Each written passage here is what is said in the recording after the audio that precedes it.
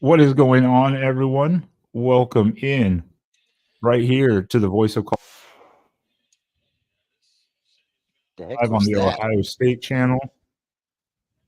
And we hope that everyone's having a great night as we once again look into the preview of the Oregon Ohio State game and potentially game of the year potential, huh, Spaz? Yes, definitely potential game of the year. And up to this point, it probably will be the game of the year. And it's probably going to have the most viewership, could set records. They're stating uh, NBC telecast, prime time. All the ducks are lined up. Let's go get it. And I don't want to waste anyone's time here because we have two special gentlemen, someone that a lot of people in the Ohio State fans group are going to know, both of these gentlemen, actually, especially the Oregon fans. So let's both all welcome in Ryan Winters of Sports Chat 503 and Cleveland Mike. How are you gentlemen doing tonight? Doing good. Thanks for having me. Appreciate you guys. Yep. Everything's good, man. So, Mike, we were talking backstage before we started, but for those who don't know you or whatnot, give us a little bit on you and your background and what you do and stuff. Yeah, so I joined the guys with Best Damn Media. You can find us on YouTube, Twitter, anywhere on social media, and also the host of the Fans Edge, where on the same platform where we just talk all college football, not just the Buckeyes, but we go, talk everything college football. So always been a big college fan. I love college football more than I like NFL. I'm just one of those guys. So yeah. Nice. And I think most people know Ryan, but Ryan, if you want to, for the Ohio State people watching, we're broadcasting on both Sure. channels. Just to let everyone know about you a little bit. Yeah. I'm a guy on YouTube, and I've been out on YouTube for a while. I think this is year 15, and it's fun time. We like the Ducks. We go to the road games if we can. We go to the home games. It's a family affair, multiple generation. My son's there now, so fun times. We're excited for this Ohio State game, man. Yeah, definitely. I think most everyone is. This is the game, everyone had, I think, circled when the schedule came out. It was kind of not necessarily the makeup game, but definitely the game kind of to replace the 2020 game that we didn't get to have for Ohio State at Autzen. And then we all know what happened in 2021 when Oregon went to the horseshoe. So this is kind of like the payback game maybe for Ohio State. I don't know what that's gone into with Ryan Day's planning. Maybe you have some insight in that, Cleveland Mike, maybe? Hey, I mean, I know it's definitely payback for the fans. Not sure how Ryan Day is seeing it. I think Ryan Day is just looking like, hey, this isn't the same team or same defense. You're not going to be able to run the same plays and score. So I think that there's a different mentality, especially, they say that the players take on from their head coach, and the players say, hey, we couldn't stop the run. We couldn't do any of these things. They're expecting to be better on defense this year. Yeah, I think CJ Burdell's still running circles around the horseshoe. Yeah, thank God Kerry Combs is not here. Ryan, you were at that game in 21, weren't you? In Columbus? No. Yes. No, you didn't go. Okay. No. What do you remember most from that game, and what it did for the Oregon program and stuff? Yeah, I think it legitimized a lot of the national narrative about that matchup, and I think it kind of was a precursor to what we're going to see when we join the Big Ten. I think it was a big deal. Up to that point, I think it was 9-0. Ohio State. Most of those games were all in the past, but I was at the Rose Bowl where we lost in 2010. I was at the national championship game where we lost, and that was absolutely heartbreaking. So we've been to these games and squared up against this team before. That was a game that was really excited. I didn't go. There was a lot of restrictions still on COVID, and there was a bunch of other reasons I don't think that But I still am bummed I was not there. I should have been there for that game for sure. Yeah, it's just it was a big game. This is a totally different team though. I think a lot is to be made of history. I'm a history teacher, so I get it, but I think every year in college football is radically different, especially now with the transfer portal. These teams change so much. You got different defensive coordinators over there. You got different offense guys. You got different defensive guys here. You got different coaching staff completely, different players. I mean, there's, I think, a handful of guys maybe from each one of those teams, maybe still around with the COVID extra year or whatever. But, for the most part, that was just a game that gave a little bit of Oregon legitimacy. And again, from the Oregon perspective, I don't think it's, wrong at all to say that, the programs are not the same. Ohio State is one of the best of all time. It come about the blue bloods. It's going to be one of the blue bloods that welcomes you in the blue blood door. Oregon's not there, and Oregon's trying to get there. Obviously, Oregon's done a lot in the last 20 years to put themselves in this situation to make this game matter. But when I walked out of that stadium in Jerry's world after that national championship, my aunt, that was the last game I saw with my aunt. Rest in peace, my aunt. Breast Cancer Awareness Month. Got her. She said, "Hey, man, that's just another trophy for them, and that would have meant a lot for us. And it just was just another trophy for them. And that's kind of how they looked at it. They're just like, all right, on to the next one.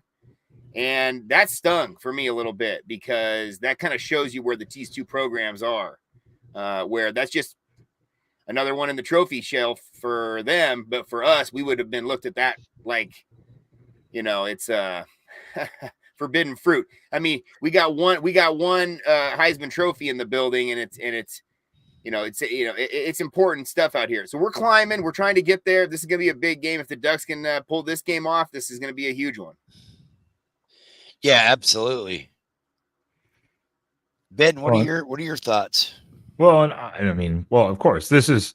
Some people have said, and I agree in some sense, that this is the biggest game that's been at Autzen Stadium. Now, historically, I don't want to say it's in the sense of how Oregon climbed in relevancy. There are other games, the pick, when we took over with beating USC to start running the Pac-10 at that time. Those are historically game-changing type games in Autzen Stadium that elevated the program. But in the sense of the sheer just level, 2 versus 3, now in the Big Ten, I'd still say it is probably the biggest game in that sense. Yeah. So I find a fine line between historically and then. Yeah, I think I can speak on it. Being a guy who's been around Autzen for as long as I've been around it, and I was at that Kenny Wheaton's going to score game '94. I was at that Halloween night game USC.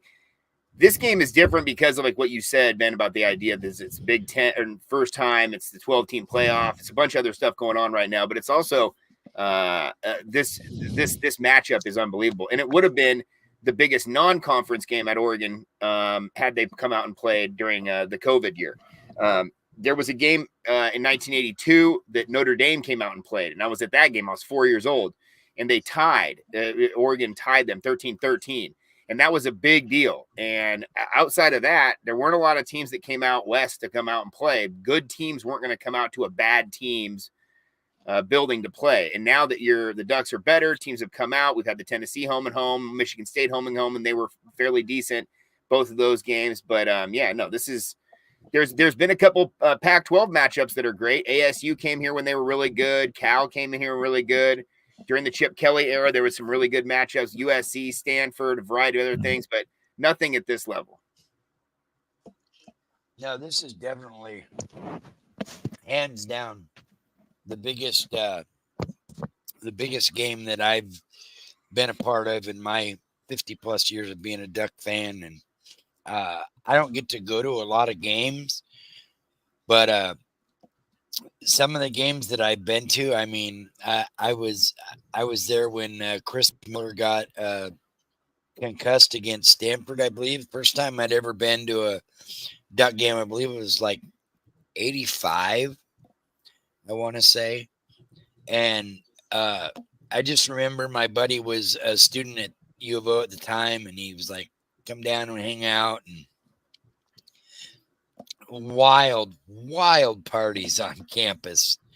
it was the first time I'd ever experienced campus partying, and that was insane. And now it's like, here I am years later, and it's like, oh yeah, let's see, we're gonna drive down to game day, we're gonna get in the gate at 3 a.m., we're gonna do the game day, and then we're gonna do the tailgating and then the game and then drive home. And it's like, oh man, I think I'm a little too old for this, but I'm going to enjoy the experience because this is a once in a lifetime experience. I was lucky last week to be at the first Big Ten game in Autzen. And I'll tell you, the crowd's back. That was probably the loudest game I've been to at Autzen because everybody was on their toes. It was loud, and it was rocking. And I hope that we bring that same atmosphere times 10 because we're going to need it this week because Ohio State is not Michigan State. That is for sure.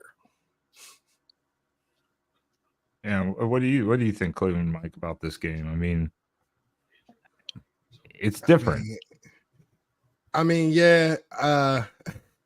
You guys are, how would you say this? You guys are saying like this is the biggest game, but you go back in Ohio State days and the matchups of Ohio State, team up north, everything on the line, like those are the type of games that we Ohio State fans remember.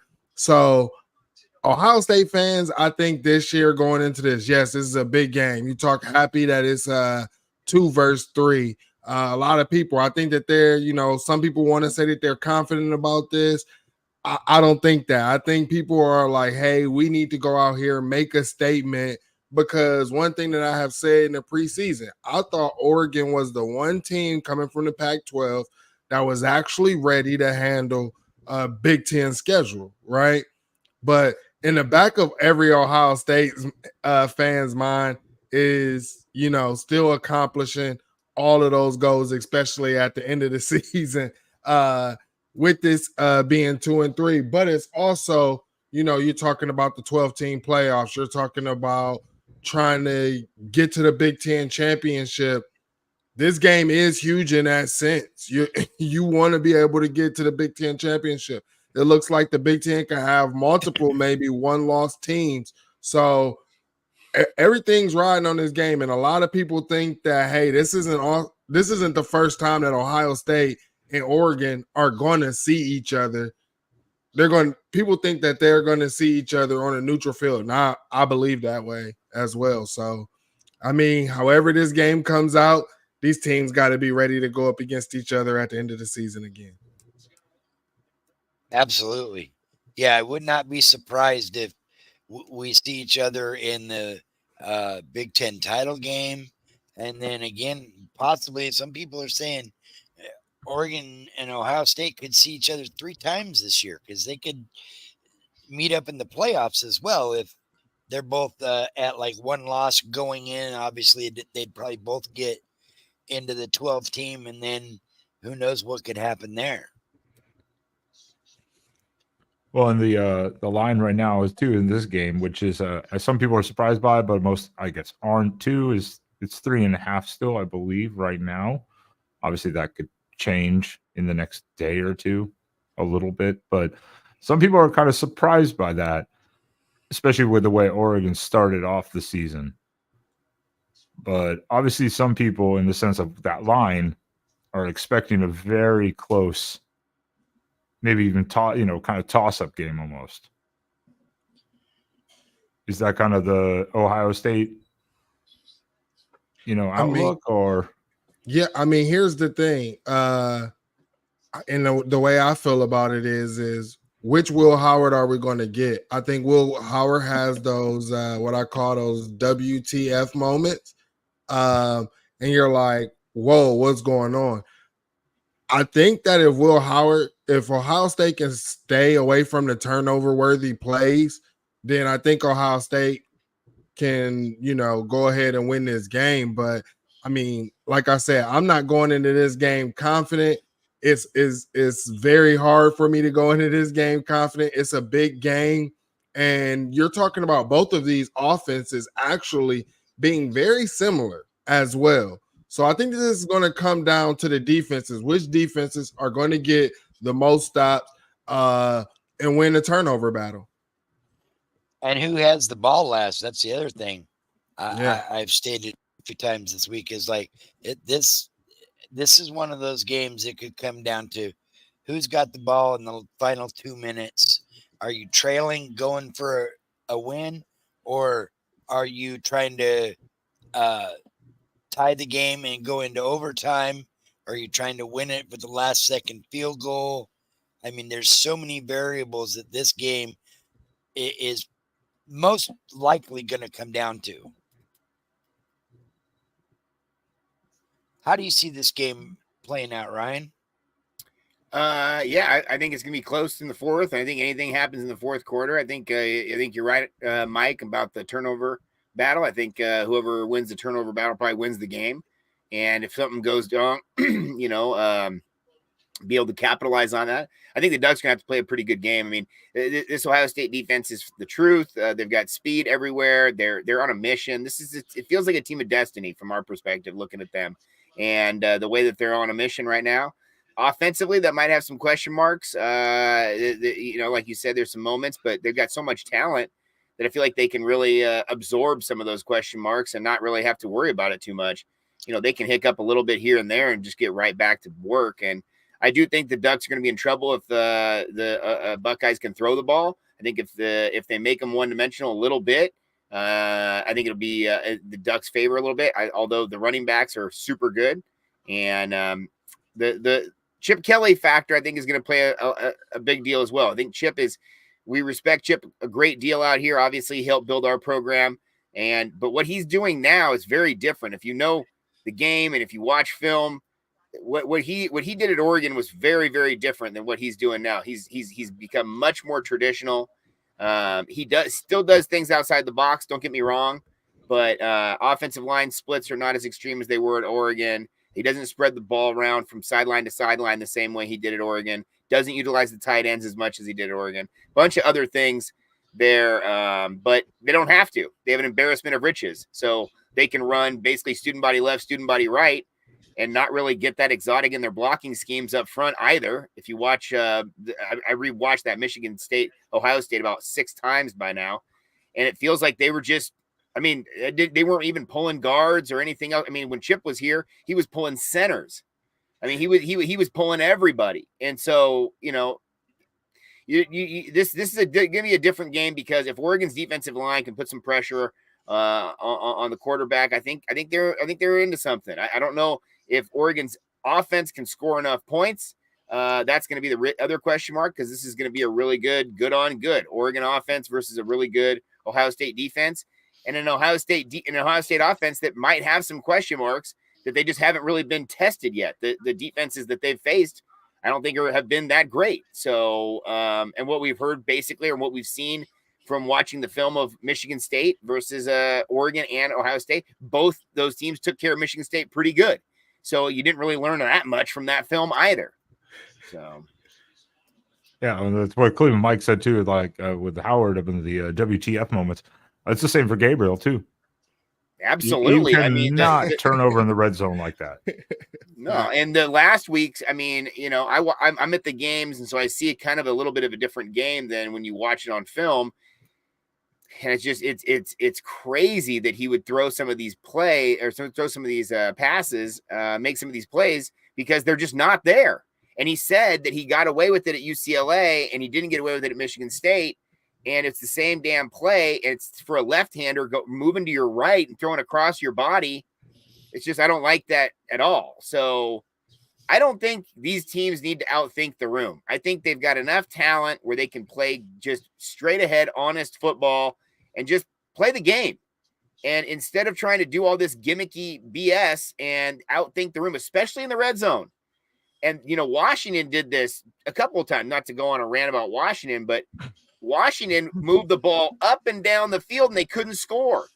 Oregon's in that same situation this year. They move it up and down the field, and they're pretty terrible numbers-wise so far in the red zone. And it doesn't mean that they can't. It doesn't mean they're not good enough. They can score. They just do weird stuff. They change the game plan when they get close and they get tight. And I hope to see some changes there, and hopefully we can get some scores this weekend, because I think the Oregon offense is going to have to score it. I don't think anybody's going to blow anybody out. I think the first team to 40 would win it. I think basically the first team to high 30s wins it. Yeah. I think that's where I got it at, in the 30s. Yeah, and I think, if it's a field goal, Oregon's proven that they can kick field goals this year, so you're a little more confident there. The special teams for Oregon has been very good this year. So, there can be one thing that can change the game here. Again, like we said, you could flip a field with a fumble, but this is going to be a defensive game. Both these teams are good defensive teams. Ohio State's the number 1 defense in the country, and Oregon's about the 10th defense in the country. And again, what do we know by that right now? Not that much, because we haven't faced that many good teams, but we know on paper these are really good teams. I mean, Ohio State was good before they added the transfers, and then they add some of the best players in the country. Come on. So same thing with Oregon. Caleb Downs. Yeah, dude. Same thing with Oregon. I mean, when they added Muhammad, same thing. It was like they were already good. And that's the thing about the transfer portal, is you're going to see the rich get richer here. And so this is a classic matchup of the two rich schools at the moment with their football programs battling it out. Let's see it, man. If people are already projecting this as a game that could possibly be a Big Ten championship or possibly a playoff game, then it's obviously one of the biggest games of the year. Yeah, this feels like a Washington-Oregon game last year in the regular season, where it was just that type of game, potentially. And as you were saying about Oregon's stats are like that, those stats are only skewed because, one, the O-line, that was a huge – I mean, I'm not arguing it. The O-line, the first 2 games. And Ashton Genty is still running on Austin Field somewhere too, because that guy runs on everyone.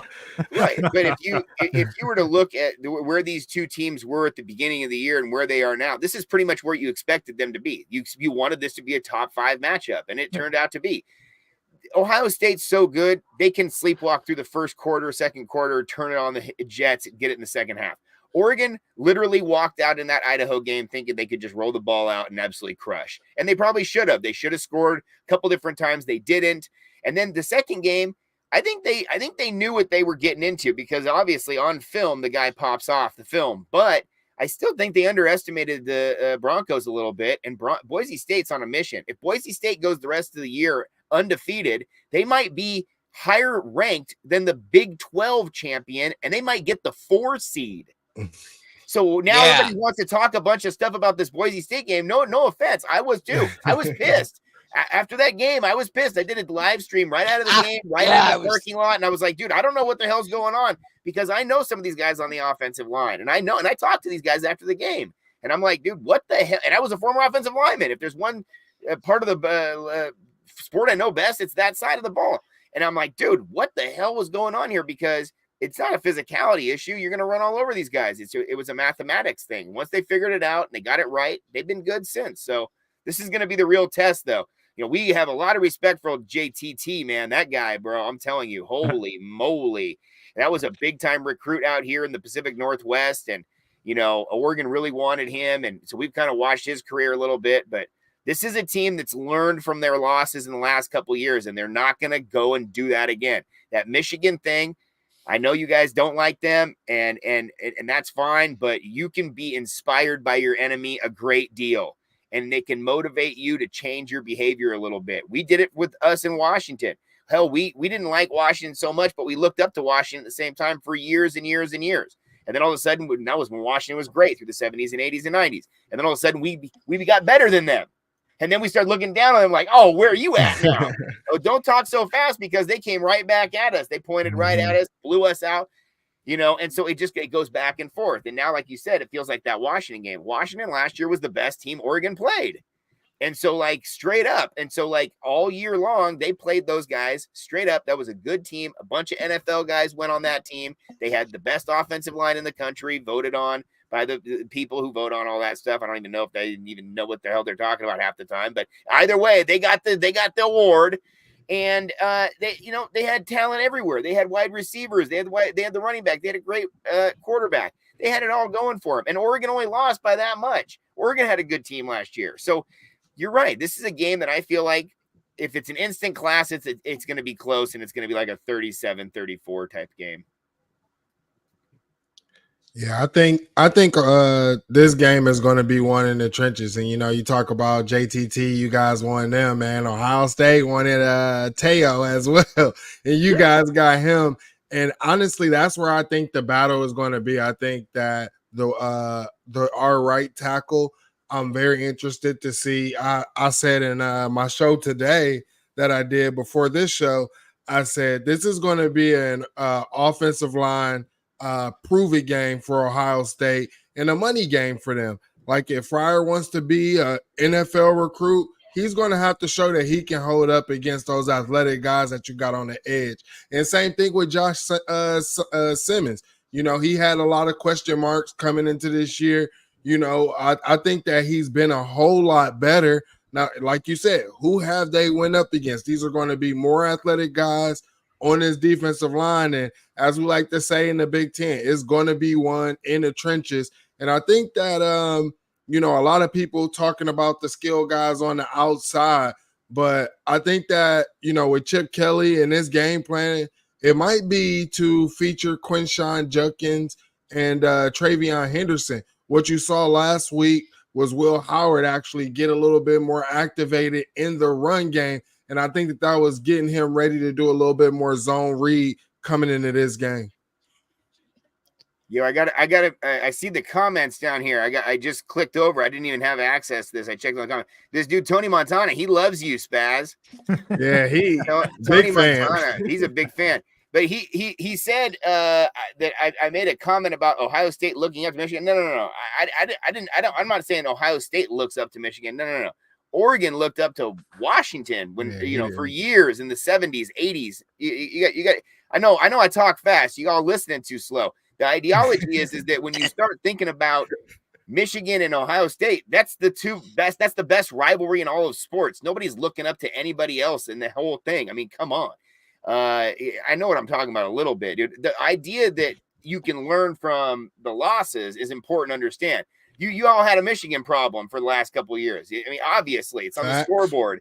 And what they did was a very physical game. Everybody knew they weren't going to be throwing the ball that much. Now, they threw the ball a little bit more with Harbaugh there than they are now. I mean, holy crap. They're going back in time. First-round quarterback. They have first-round quarterback. Exactly. But now there feels like they're going back in time. But this idea that, you still had an issue there. There was a physicality issue, and it feels like you guys cleaned that up. Now, it doesn't mean that there's a talent gap. Ohio State is just as good as anybody, if not better than anybody in the country every time they play them, no matter even if it's an SEC school. But the Michigan thing, man, you guys are direct competitors with them. You guys will step on them this year for sure. From what I've seen on film, holy moly. Can't wait. Of course. It's going to be phenomenal. So cheers to Tony Montana. Plus, I love that handle, bro. I just imagine you right now with just that pile of cocaine on the table, right? Right when he was going out at the end. Just like carrying it in there, dude. Just with the machine gun and everything. Just typing on the thing like, let Spaz talk. Oh, man. Well, you guys, I don't even know where. I don't know where. Yeah, Tony's crazy. He says, y'all listening to this guy? I was like, bro, you guys brought me on to talk. That's right. That's just it's a troll. It's trolling. Brought Ryan on here. He's trolling. He's trolling. It's all good, bro. It's all good. And think about too, as we've had a couple like Oregon flipped McClellan this last year, the receiver. This is a huge recruiting weekend. I wasn't even going to talk about it when we were talking about. I'm glad you're talking about it. Kind of fighting about certain players, the same players. This is going to be a huge recruiting weekend. Not necessarily for one team or the other, but there's going to be a ton of recruits there to watch this game, whether already committed or not. Absolutely. And those recruits have Ohio State and Oregon on their list, all of them. Facts. And you're talking about one of your commits from the state of Ohio, and Trey McNutt is going to be in attendance. And then you're talking about Ohio State commit Naeem Offord. It comes out this morning. He's going to be going to the Oregon game. And it looked like he wasn't going to go, but now he's going to be there.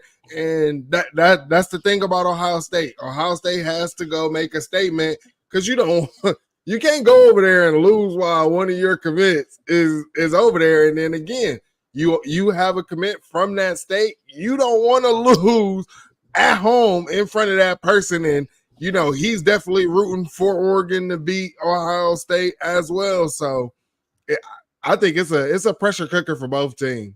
I'm nervous and excited at the same time. Yeah, so many recruits, such a huge weekend, so many variables this weekend, and I got to say one thing after that Michigan State game. Dylan Gabriel, you got to wake up, because that first half Michigan State game, man, you can't be throwing 2 red zone interceptions in the first half against Ohio State, because that'll probably cost you the game if you do that this week. What did you see on that, Ryan? You were there. One more time again. I couldn't hear you for a second there. The first half of Michigan State game, the 2 red zone interceptions by Dylan Gabriel. What? That just baffled me. Yeah, well, again, I just think it's overconfidence. I think it's you get some of these guys who feel like they can do some crazy stuff, and sometimes, and I would hate to say it's like the Patrick Mahomes effect, but like every quarterback, every era has tried to push the boundaries of what their coaches wanted them to do. This is a natural thing in quarterback play. And if you've ever coached any of these guys, a lot of these athletic dudes want to tuck it and go. A lot of the guys with the big arm want to yank it over the top, even in double coverage. A lot of the other guys, throw under the knee stuff, whatever you want to do. Dylan Gabriel is a guy who I don't think has the stronger arm that we're accustomed to after last year's of Bo Nix. Bo Nix has a much stronger arm, and Gabriel can spin it. Don't get me wrong. But, to me, a lot of it has to do with technique. And I know as classic, athlete, are you by the book? Are you natural? But, there's a little bit of both. And, for quarterback play especially, watch any of these broadcasts, with tons of these guys have quarterbacks in the booth, right? And these quarterbacks will tell you, if you watch the film on the thing and you watch the replay, they'll tell you, hey, this guy's feet weren't right. This guy's feet weren't set. He's throwing off his back foot. He's throwing off his front foot. He's not getting his feet set. And the ability to put your feet in the right position is super important. When you go out on the edge and you're a running quarterback and you're rushing off the edge, you lose a lot of that ground. And I do think that there was an issue. Everybody in the building knew where he was going with that too. I think the other thing is, like, Oregon is so variable. There are so many variables in their offense. And yet when they get in the red zone, it gets tight and it gets real predictable for whatever reason.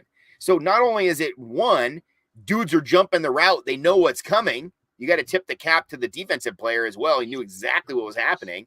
But also the idea that you would not just throw it out of the back of the end zone. That's the other thing that's kind of crazy to me, is there's been some moments this year. Dylan Gabriel's a very good quarterback, very established, long history, whatever the case. But there's been some moments this year where he didn't feel the pressure in the pocket. And he got sacked when he could have stepped up, or he could have, somehow avoided that sack a little bit. It felt like he was blind to that. And then there was times when he throws the ball into coverage that he shouldn't be thrown into. And you got to be cleaner with the ball, especially against a team like Ohio State. Yeah, absolutely. Hey, that's the one good there, thing. Mike. That's the one good thing. The last couple of weeks, obviously, the first 2 games alone, it was, I believe, 7 sacks. Last, couple of games, 0 sacks. So that has been cleaned up, but the turnover still got to stop. That's a no-go. That's a death sentence against a team like Ohio State. Well, especially the momentum. That's the big thing for me, is if you work with kids and have any youth sports, man, momentum is huge. And you get a goal line stand, boy, that thing is humongous. You get a dunk in a high school basketball game on somebody. Oh my God. It's like 10-point swing. And so, yeah, you screw up on the goal line and you give it to them on the 20 going the other way. Brutal. It's a 10-point swing, especially if they go down and score. Now it feels like it's a 14-point swing. Yeah, exactly. And that's what we cannot have. Turnovers are going to be key. So we'll see what happens. I'm nervous as hell. And the closer this game gets, the more nerve-wracking my brain gets. No, just wait till Saturday when you got to wait all them hours. That's the one thing about the night games. In the Big Ten, it's always been big news, and we, get our games over with pretty quick, man. But now we having more primetime games with the new TV network, in contract.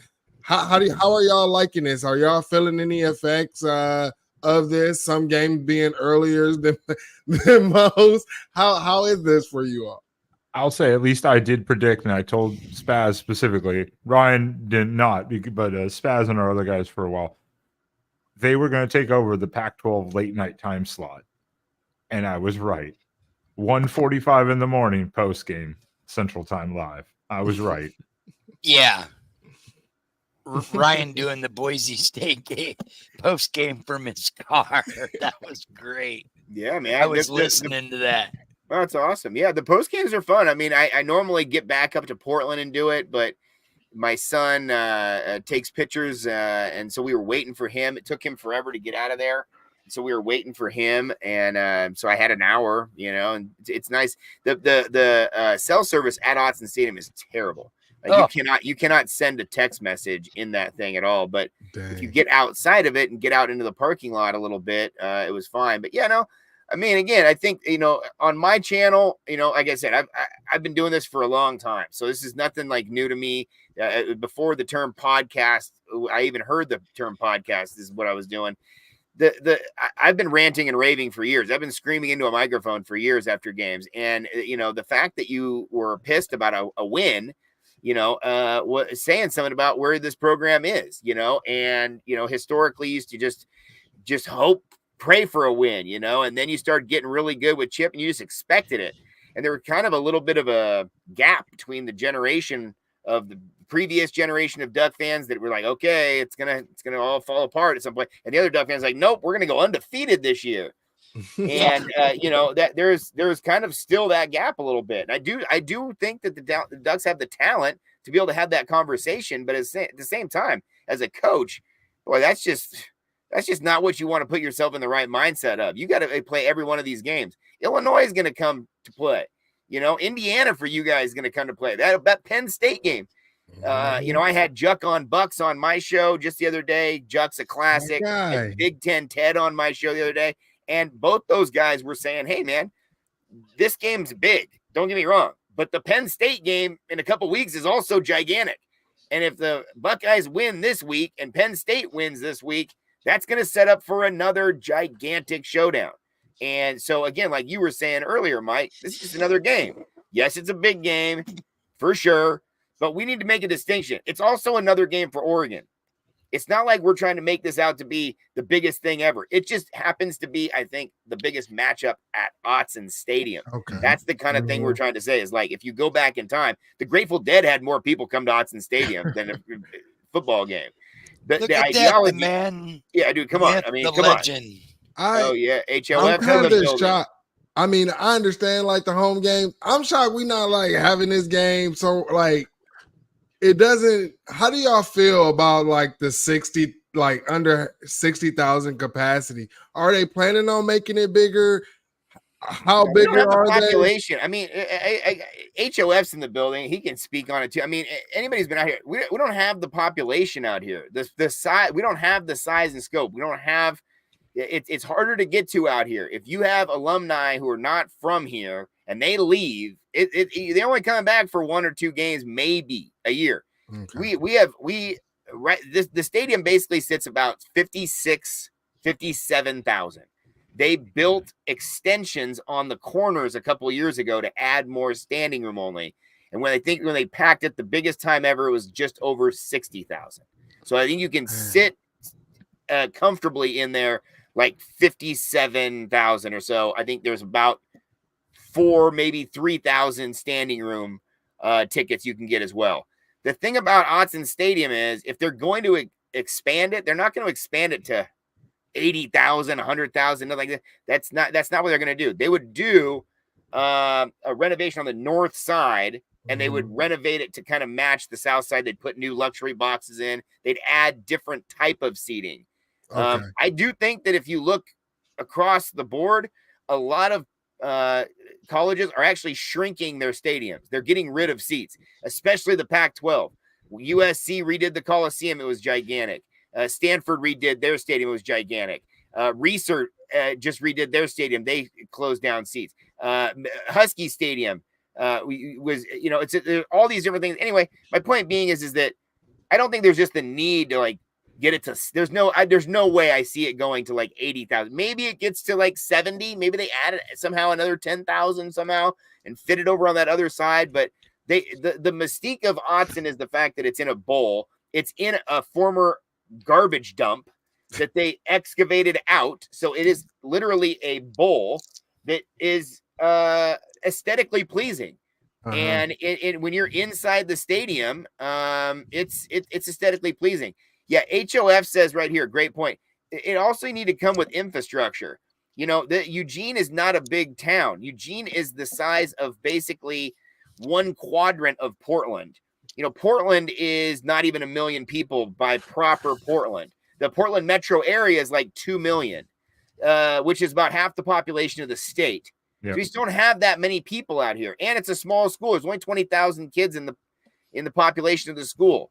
We're not churning out thousands of graduates every year that are that alumni base that are going to continue to fill that stadium. And like I said, a lot of people are transplants. They're not from here originally. Mhm. And no offense, I mean, Oregon's beautiful. It's gorgeous out here. But if you're from California or from somewhere else in the country and you move here for college, chances are you're moving back to where you're from. I mean, you know what I'm saying? Like on the whole, it doesn't mean there's not people who are going to stay out here or go someplace else or move to Hong Kong or whatever. Sure. But my point being is that we just don't have the population for it. So there's cathedrals out there that are 100,000 seats and everything else, and they fill those things up. It's awesome. I'm going to go to Michigan this year. Michigan is literally twice the size of Autzen Stadium. Yeah. The reason why I was saying that was because like Big Ten fans travel really well. I know like Ohio State has a very large fan base on the West Coast, and hearing from different Ohio State fans, and they're like, man, I can't get no ticket there. There's no place to stay there, things like that. So, I mean, especially like hearing the Airbnbs are all sold out, things like that. Like, I understand what you're saying about the population. I just know Big Ten fans like to travel and travel really well. Yeah. And it's a fun environment to come to. They're going to want to cross this off their list. And there's going to be a honeymoon period, I feel like. It's not going to be forever that everybody's going to be traveling everywhere, but it is going to be, especially the first 5-6 years here, where everybody's going to try to get to all the stadiums. The big thing is infrastructure. Yeah. Hotel rooms. We host the Olympics qualifiers, right? The Olympic trials and the world championships. I mean, is there like world track championships at Hayward Field? And people have sold out of everything. People are renting their houses just because it's available. They're like, they're moving someplace else just because they have to do the Airbnb thing because there's just such a demand for it. So you're right. I also heard, being a season ticket holder, that we sold out of our season tickets this year. I mean, completely sold out of our season tickets. And there were a lot of people talking about how there were Big Ten fans who were buying our season tickets so that they could guarantee their seat for their game. And then they would be selling the rest of them. And if you look at the secondary market, you can see a lot of this. There's a lot of tickets available. Yeah. So it's interesting to see how it's going to go. I do think that there's a fervor. And like Tony Montana said here, West Coast doesn't care about football. Nebraska sells out. Why can't Oregon? I think there is a lot of passion for football out here, but there's also a passion for elk hunting and like fishing and like not going to games and sitting in traffic. People are sitting in front of their couches or in front of their TVs on their couch nowadays. People just aren't consuming live entertainment the way they were back in the day. People don't read newspapers anymore. Things change. What's a newspaper? Yeah. Right. I was telling my students, I'm a high school teacher. I was telling my students, I grew up at a time where the newspaper, I said, distracted driving existed long before. I used to see people reading the newspaper while driving. And the kids were like, what's a newspaper? Yeah. Well, and I think to your point too, Ryan, like you say, and to Nick Cody. So for Cleveland Mike, Nick Cody's a former offensive lineman for the Ducks. Hall of Famer. And Jeff Schwartz said the same thing on Twitter earlier. Former famous, legendary O lineman. He was like the same thing. He's like, leave the stadium alone, update some things, maybe Yes. upgrade some areas. Don't mess with how it is. And I 100% agree with him. The infrastructure around it, as we were talking about, it comes with, because that's it. Everything's sold out months in advance. Months and months in advance.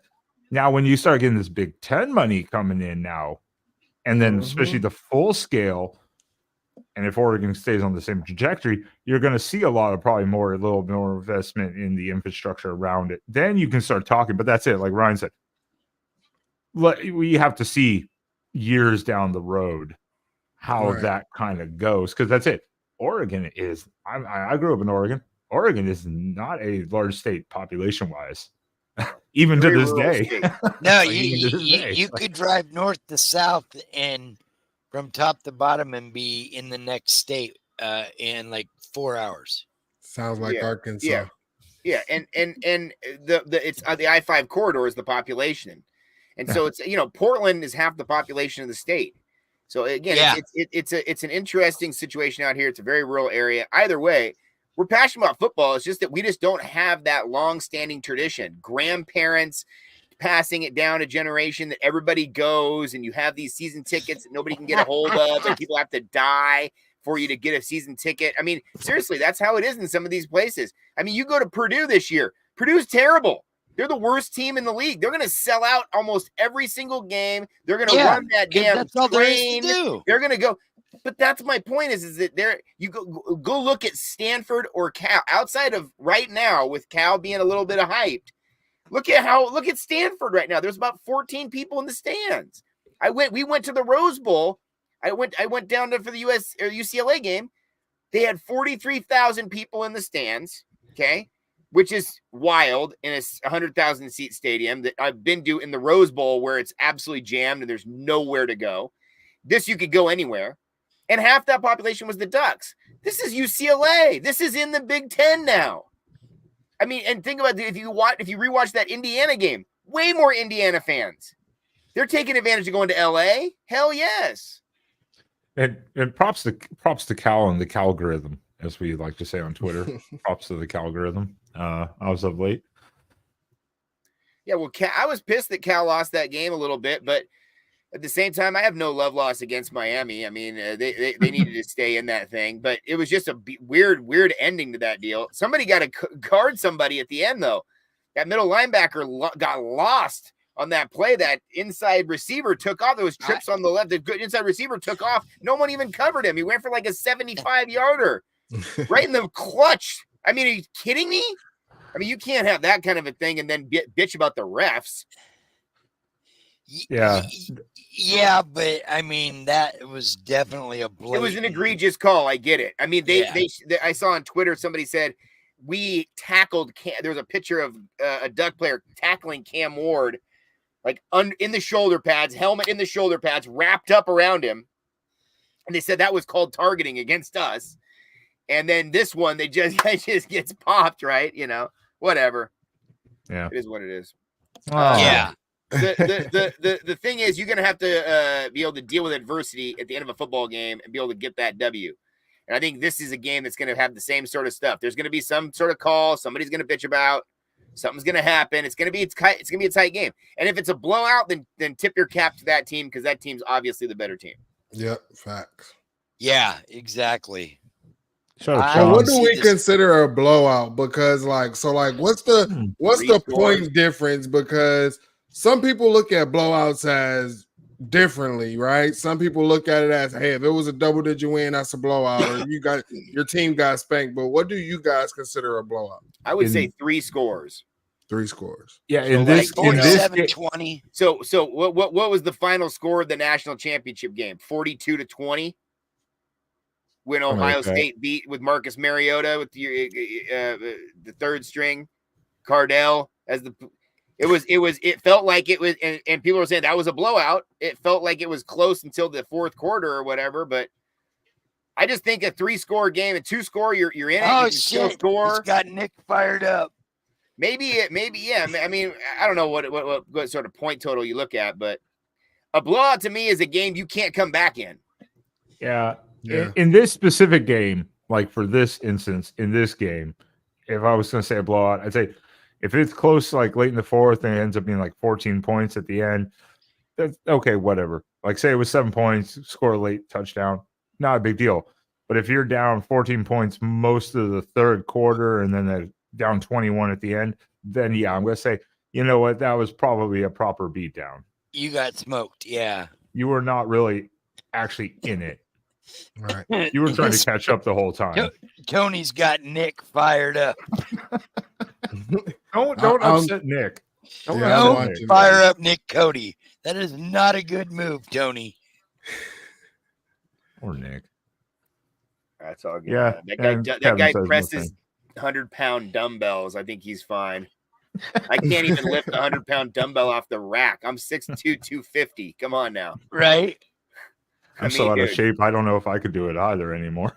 Dude, go ahead and kind of try to lift one off the rack, bro. I'm just telling you. No, thank you. I'm It's so out of shape. it's an endeavor. And then you're like, okay, I'm going to do curls with this, or I'm going to press something with it. Okay, come on now. Yeah, I think the blowout. I think there's a difference. You know, it's like, yeah, were you trailing the whole time and trying to catch up, and then you just get down, or was it literally just a absolute from start to finish beatdown? Like there's differences, but yeah, the national title game, like Ryan's saying, it felt like mid third quarter. It was like, okay, we got a shot at this, and then it just derailed from there. It's just about controlling the game. That's the art of football, right? If you can control the game, you can control. If they're comfortable with a 14-point win and they just hold you there the whole time and they controlled it the whole time like that, well, call that a blowout because you never had a shot at it anyway. Right. Yeah. Well, I do want to say welcome you guys to the Big Ten. You guys, the only time you're going to get love from ESPN is when they want you to beat Ohio State. So Or Michigan. I'm just going to let you know, just be expecting the hate and being like, whoa, I thought that these commentators liked us. I thought that. Just welcome to the Big Ten, guys. I will say the one good commentator that I believe we have on our side is Yogi Roth. Oh yeah, Oh, that's Yogi's the the Big man. Ten. Love yeah, Yogi. for the Big Ten network. Yeah, Yogi's, but that's because he's a Pac-12 guy. So Yeah, and Pac-10, Pac-10, even 8, I guess, and but at least we Pac-10 don't have specifically, to but- listen to that that guy that was on ESPN that went to Arizona State. Rod, the quarterback, right? no, not RG3. I liked RG3. No, not RG3. That he was Baylor. The Rod, show me the money guy. Oh, Went to Arizona State, was ESPN commentator for a couple years. They finally let him go this last year. He was terrible calling Oregon games. Such a hater. Rod Gilmore, thank you. Oh, Rod Gilmore. Thank you, Sean Garner. I thought you were talking Brock Osweiler. No, Rod Gilmore. That guy was atrocious. Anytime he called an Oregon game, it was just about, Oregon, Oregon. It's like, bro. If you want to really fast, Ryan and Cleveland Mike too, give a quick kind of like X factor or position group that's going to make the difference in this game potentially. Obviously, this is just kind of going at it. You know, like this group can impact this because, and that could be the difference in the game. Go ahead, Mike. I would say for Oregon that I think the way that they're going to have to impact Ohio State is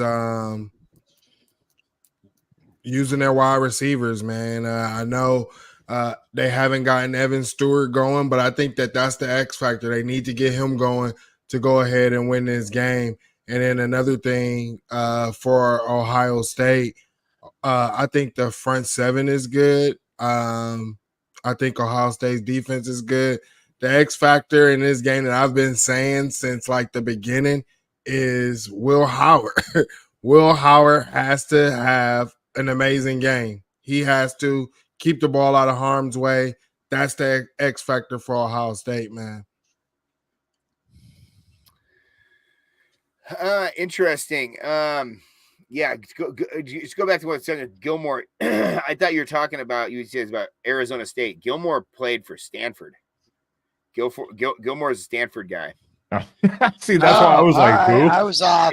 So I didn't know. Yeah, because I just read in the chat somebody said Herm Edwards. I thought you were saying that when Herb went to go coach there. Anyway, X factor for this game. I don't think there's going to be one player that's going to stand out. I do think that it's going to be the matchup you're going to look for is out on the edge. I think you're probably going to look for, who can cover JJ on their side. And, is it going to be one guy that's kind of stoked on him, or is it going to be a guy who's by committee? Are we going to be running zone against these guys? How is that going to look? Dan Lanning does not run a lot of zone. So you're expecting it's going to be Jabbar Muhammad going to be up on him, but Ibuka might be the guy that steps up. There's just so many weapons on their side. For Oregon, I think Jordan Birch is going to have the big game. He's been playing very well lately. He's really set the tone defensively for this team. He's a big dude who can really move. He can put some pressure through the middle. He can get it on the edge a little bit. He can help contain. He can rush the quarterback. He can stop the run. So I think it's gonna be pretty well versed. And then obviously the linebackers got to eat in this game, man. The way that Ohio State sets the tone offensively, they're gonna have to stop them at the point of attack. And like I said, if they can force them to be one dimensional, whether that's through the air or through the run, they're gonna have to try to take one thing away to make them at least attainable. I think this game could get out of hand really quickly if Ohio State starts doing what they want to do. If Ohio State starts running what they want to run offensively and Oregon's kind of chasing them a little bit, it could be a long day for Oregon. And that's kind of where I was going. Not just Jordan Birch, is more the D line's got to get after Howard, because as Cleveland Mike says, then Howard might be in a world of hurt. Because if you look at statistics, under pressure, Howard is not very good this year. He wasn't at Kansas State apparently too. If people look back at the stats, under pressure, he is not good at all. Well, I don't think that many quarterbacks are, right, Ben? Yeah. There's just something about he doesn't get pressured much, but when he has been, he's right. It's not good. So I think the D line has to try to get home, not just stopping the run, but initially, but also pressuring Howard on potential pass plays or just in general. And I think that's just about trying to slow this offense down, trying to push them off their spot, trying to throw off the rhythm a little bit, do whatever they can, because Chip likes quick hitting plays, man. Chip likes to get the ball out of his quarterback's hands quickly. And so it's going to be imperative that the Ducks be able to get to him fast. 3 seconds and it's going to be out of his hands. Yeah, and that's something that the safety for Ohio State said is their job is to get the quarterback to hold the ball up to 4 seconds. They know if they can get to that 4th second that the D-line will get home. So that's definitely the game plan that they're going in. And I also want to say this because this is a guy who's been quiet for Ohio State. No one's been talking about it. The focus has been on Emeka Egbuka and Jeremiah Smith. And like you were saying, if they play bracket coverage or something like that on JJ, then I think you're going to have to watch out for Carnell Tate. He's a guy who has flashed in this offense. I believe last week he was sick, but Ryan Day said he had a really good week of practice. I think that's someone that you're going to have to watch out for. He's a very tall, athletic wide receiver. And I think that it could possibly be a jump ball type of situation with Carnell if you're throwing it down the field. But then we've also seen him, catch a short pass and then be able to take it. Doesn't look like he's running fast, but he has those long legs and he's actually running fast. So I think that he can also be one of those guys who's sneaky in his offense because everybody's worried about Emeka and JJ. Yeah, I agree. Brandon Ennis, he's a 5-star guy too. Barely cracks the field. So, this is, again, just embarrassment of riches. Ohio State's been that team. Their cupboard is absolutely stacked. And yeah, it should be an absolutely fun one, man. It's going to be a blast, dude. I hope it lives up to the hype. I'm trying to do my part to hype this thing up as much as I can. So I appreciate you guys having us on tonight, man. It's been great. And Ryan, sure. just one quick second too. To your opinion to this is from Sean Garner. One super chat. Thank you, Sean. You don't have to do that. I know Sean. We know Sean. He can ask any question. This has been a statement this week. People have been saying, or a lot of talking points. Is Oregon's interior offensive line as weak as he's heard in Sean Garner? And I don't know if it's the weakness necessarily, but it's gotten better. Let's put it that way. I think a lot of people are looking at the first couple weeks. Yeah. We haven't had a sack in the last 2 games. Yeah, there's not been much pressure on Gabriel since the second half of the Oregon State game. Yeah. But again, UCLA's defense is absolute garbage. I mean, we're talking about like UCLA is going to get hammered this year. I mean, big time. This is the real test. I think both these teams have gone through a fairly easy schedule so far, and we're going to see what we can see this week. I do think that Oregon's offensive line had some issues early on in the year, like we were talking about earlier. I think it was more of a mathematic situation. It was a matchup issue.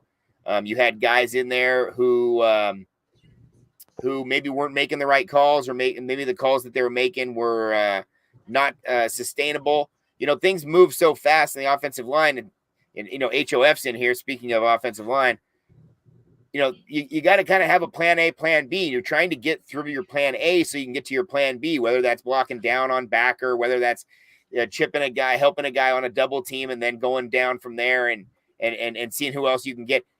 I think they were getting overwhelmed at the point of attack. I don't think it was about a physicality issue. So that word weak is like, you know, are they the weak point? Are they weak chain in the offense or whatever? I think it was just they were getting out matched a little bit when it came to extra pressures. And guys were bringing offensive or outside linebackers on them. They were bringing safeties up. They were, you know, coming at them with 4 or 5 or 6 guys oftentimes, and just trying to overload the offensive line, which sets them up to be weak on the backside. And they were willing to gamble on that, just try to push Gabriel off his spot. Oregon figured it out, and they'll be fine. But yeah, Ohio State is going to be the best team Oregon faces all year. It'll be the best defense Oregon faces all year until they get to the playoff, if they get to the playoff. That's been our whole thing. That first couple weeks, a lot of it, I think, was communication too. Moving Poncho to center really helped re-solidify the line. Obviously, we don't know what's up with Bedford still, whether he's going to redshirt or he's going to come back eventually. Have you heard any more on that, Ryan? No, he's been out. He wasn't even dressed last week. He was in his he was street clothes.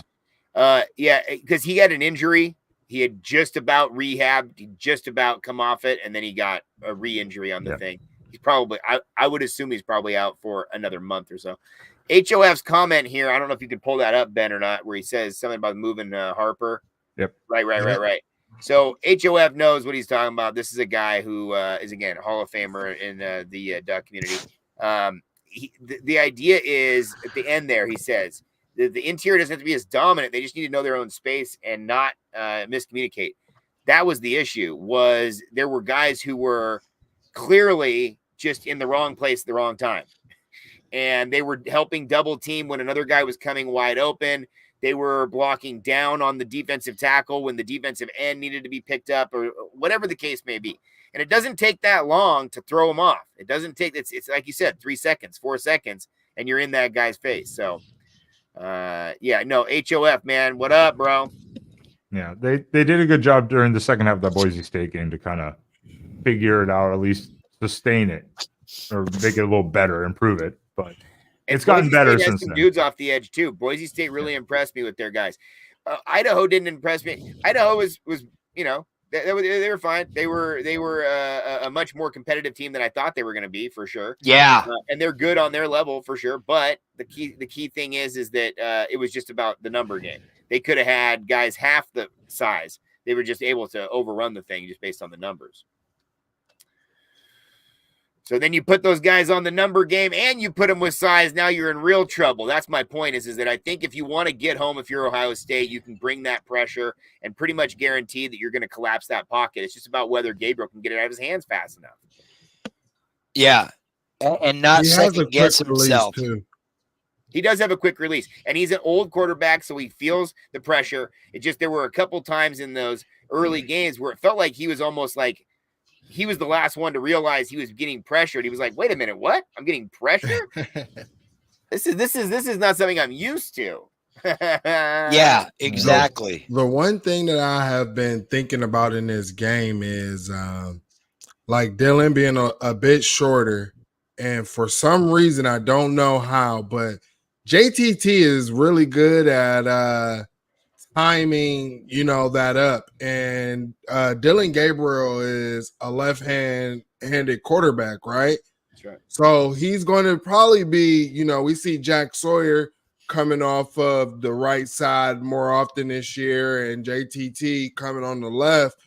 That's something that I'm kind of interested in watching, how he gets his hands up, things like that against Dylan Gabriel. I think that that's something that a lot of people haven't talked about.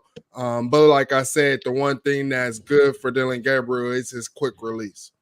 Oh yeah, but you're gonna get some hands up in this one. I mean, and Gabriel is short. I mean, I had a picture with him last week. I'm 6'2". He sits about right here. So I don't think he's 6 feet, and he's gonna have to get that ball out of his hands fast, and they're gonna have to put that ball in the running back's hand. Jordan James is gonna have to eat in this game. You're gonna have to create some lanes. You're gonna have to get that ball rolling. You're gonna have to move those chains by running the ball, otherwise you're not gonna be able to pass.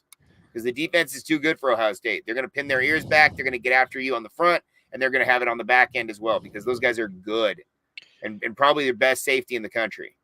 Is there any word? Because beginning of the season really quickly too, Ryan. We don't want to keep you too long or keep going on forever. But at the beginning of the season, we were wondering where he was, and I guess the word was he's not used to the playbook enough. Is there a chance we see a little 6'2" bowling ball and called Jay Harris taking the ball?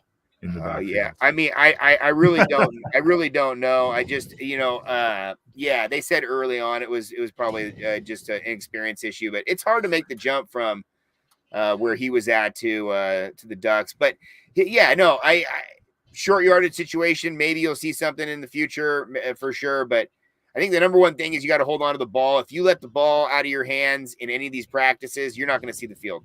So, and no coach is going to tell the reporters that their running backs are fumbling in practice. But if you put it on the turf, you're not going to see the field. And that was the thing I was most impressed with Jordan James when he was a freshman. He was a short yardage back because, Jordan James, when he came in, he was a bigger guy. He lost 20 pounds between his freshman and sophomore year. He leaned way up. And when he became kind of more of an every down back his sophomore year and did a great job, he's very sure-handed with the ball. His freshman year, he didn't give up one ball. And that's crazy. Again, just to even give a freshman the ball on goal line situations is nuts to begin with, but he's very sure-handed. So I expect him to be the guy. And I think Noah is the other guy who has come back from injury. He fought back all the way. He's a great player out of the backfield. He catches the ball beautifully. He's getting his feet underneath him. He had that big kick return. So it's, again, I think that you're going to see them feed the ball to him as well. I just don't think there's enough touches for guys like Jay Harris and whatnot to try to get out on the field. So you think we're just going to still go with just Jordan? Yeah, I would say it's Jordan 80-20 to Noah. Jordan's proven that he's one of the best backs if you give him a chance, and he likes to get lathered up and start to get this thing going in the second half. I mean, again, I think the good running backs want to be used and want to have the ball continually given to them. I think they get better as the game goes on. And he's one of those old school throwback type of guys, man. Southern running back, man. Come on. Yeah, now.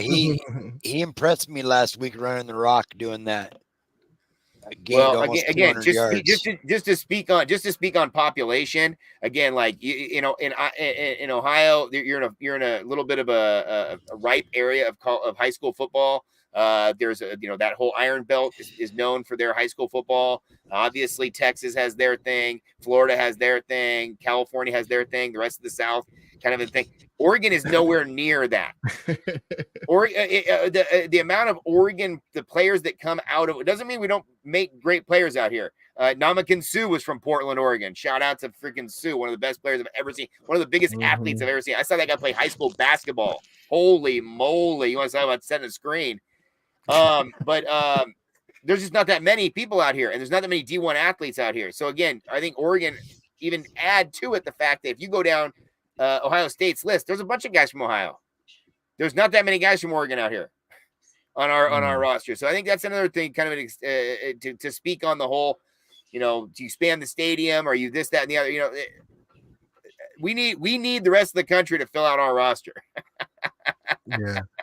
I saw a comment in there from Sean Gardner. He said Ransom might actually be playing better than Downs. And I just wanted to comment on that. Jim Knowles was talking about how they haven't needed to, he said, activate Downs. And the one time that we saw him activated where Coach Knowles said he did was in the Michigan State game where he won defensive player of the game for Ohio State. So like we have been saying, like Ryan has been saying, these teams have not really had to do much against the competition that they have been playing.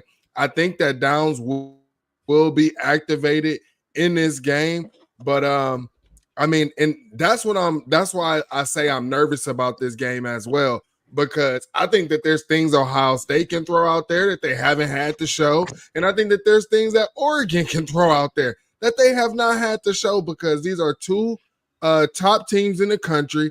And when you're going up against inferior opponents, there are just some things you can be a little bit vanilla in certain areas or whatever just to get by in the game. So, I think you're going to see a lot of Caleb Downs this week for sure going up against Oregon. It's the big game. You got to have everybody on board if you can get them. Yeah, too. I think both teams, there's a lot of stuff we haven't seen. Chip Kelly's holding his stuff. Will Stein is holding on to some things. Obviously, they had to show some in certain games. The Boise State game kind of pulled that one out. But there's still a lot, I think, in that playbook they haven't shown. I just think on both sides of the ball, you're going to see, I think probably from both teams, you're going to see the Alabama-Georgia game. And it's which team gets the jump on which team out of the gate that just confuses their whole setup. And because that Alabama game, Georgia had zero answers for them in the first half. Zero. They had no clue what Alabama was throwing at them offensively and defensively. And they were just moving up and down the field. Carson Beck had just no time in the pocket at all. And Georgia looked completely lost. Like, what is going on? And typical Kirby Smart went into the locker room at halftime and was like, okay, and made those adjustments and made that a game. Could this end up being one of those games? It could. Watching the games this year and being at the Michigan State game, I don't think Oregon has really brought much other than basic generic football to this point, enough to get by. And I hope that's what it is, because if what we've seen the first 5 weeks is what they come out with against Ohio State, I don't like our chances.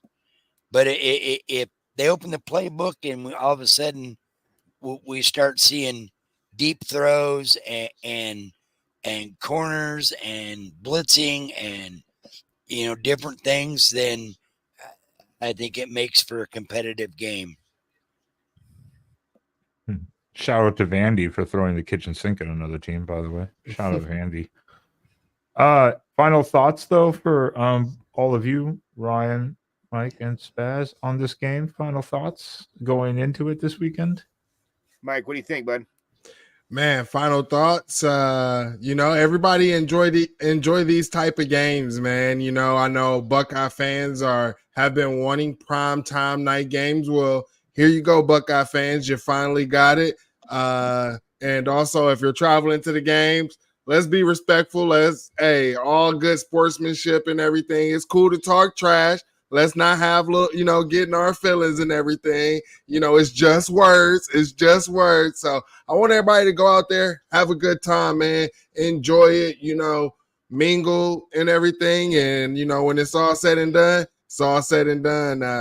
And go Bucks. Yeah, I'm excited as hell, man. This is a game we've been looking forward to for a long time. When it's on the schedule, we all circled it. We've been talking about it all the time. Like I said, I got a YouTube channel that we've been talking about this thing for freaking months and months and months. And it's finally here. It's exciting. For my son personally, he's a photographer. Good follow. If anybody's out there, want to shout out Darby Winter Photo. He's a great photographer. He's on the field. But for him, it's his freshman year. He's in the dorms. Game day comes to town. It's right down the street from where he's at. He's going to be absolutely lit. And the idea that this thing is coming in the Big Ten, and Oregon is able to kind of create the atmosphere for this game and do their part to be able to have game day come, and game day likes Oregon. And there's a lot going on that's good going on out here. And what we're trying to do is trying to give our part of that to the Big Ten. Now that we're a part of the Big Ten, this is a huge game for that. This is a huge game for the storytelling of where this program is. And if you believe in Dan Lanning and company like we do, then you believed in every year we've kind of increased that ladder. Went from the Holiday Bowl to the Fiesta Bowl, and hopefully it's going to be that 12-team playoff this year. If Oregon loses this game and wins out, I think they're in the driver's seat for that 5 seed. I absolutely love the 5 seed. Even the 6 seed, 7 seed, 8 seed, I don't care, but hosting that first week is absolutely outstanding. The 5 seed then goes on to play the 4 seed, which is a wild setup. And Oregon could face Ohio State again if it all went down, like Spaz was saying earlier, possibly 3 times. So you're in for learn something from this game, on to the next one. But whoever wins this game is obviously in the driver's seat. So we're thrilled, man. I hope the Duckies can win, man. Let's go Ducks. Yeah, I'm right with you. I just I hope this team just comes prepared. And from what I've seen, Dan Lanning teams seem to be focused, and he's got a new focus this year, and it's every game week by week is Oregon versus Oregon. It's not Oregon versus Ohio State. It's not Oregon versus Michigan State. It's Oregon versus Oregon. And only Oregon is going to beat Oregon. So if you play Oregon football, you cannot lose. And I like that motto, play Oregon football, you got a shot. But only Oregon can beat Oregon. And I truly believe that. And I believe Dan just has this team at that level. They were there last year, but even Dan said, it was some decisions that he made that cost us a game or two. And I think this year he's learned from that, just like the players, learned from their mistakes. Dan has learned from his mistakes. And as we saw earlier in a couple of games, he made those proper choices and took points this year. Last year, he did some gambling. Could there be some riverboat Ron gambling? Sure. There definitely could be this week. But I truly believe that there's a game plan, and he's going to stick with it. And Oregon's got a good shot. I think so. I think so too. I just have to go with the same thing, same sentiment, especially with Mike, like, and Spaz and Ryan, all combined, kind of. Just Oregon needs to play a smart game. That's the only way we stay in it. 0 mistakes. As to what Cleveland Mike said, hey, everyone going to the game, enjoy it. Enjoy that atmosphere, enjoy that moment. And just to the teams, hey, have a good game. No injuries on either side. This is the last thing anyone wants to ever see. That's just part of sportsmanship too. Is like you never want to see another player get injured, even if it's the opposing team. Yeah, don't be a dick. Yeah, don't be a dick exactly. in the fan. Exactly. Don't be that fan. Win or lose, like Mike win said, or lose.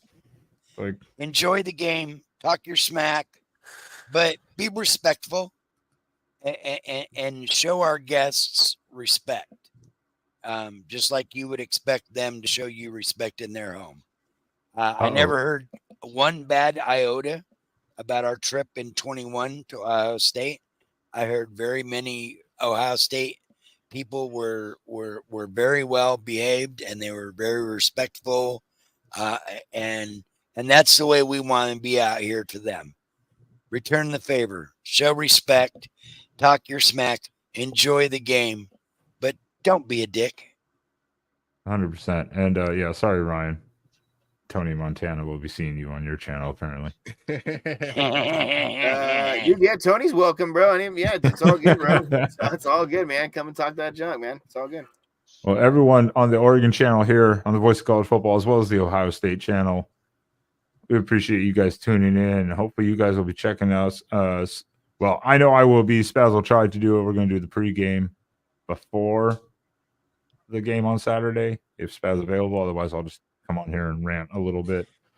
But as to the guest, Ryan, much appreciated for your knowledge and insight as always. And Cleveland Mike, very nice to meet you tonight and get the Ohio State side of things. For sure. Hey, when we have to do our rematch, man, we can do this again. Yeah. There we go. Yeah, Mike, good to meet you, man. Appreciate you. Good luck to you, and blessings to you and your family, my guy. Same to you, brother. Appreciate you. We appreciate you both, Ryan. Again, thank you very much. As always, big contributor on the Voice of College Football, and Cleveland Mike. Great to see you and everyone in the chat. We will see you guys. Hopefully, Ryan spent half his week with Mark Rogers already. probably. Yeah, I did a little bit with Mark this week. Mark's on a roll, man. It's a busy week. It's a busy week for the two fan bases, especially. It's a busy week. Oh yeah. Mark's an Ohio State guy. We know how he rolls. Yeah. He's afraid to come on our channel. He's trying to stay as neutral as possible as usual. He sent me. He's the commish. He's the CEO. All right, well, hey, appreciate you guys, man. Have a great one. Blessings to you guys. Enjoy. Thanks, Ryan. We will see you guys hopefully on the pregame Saturday. Night, everyone.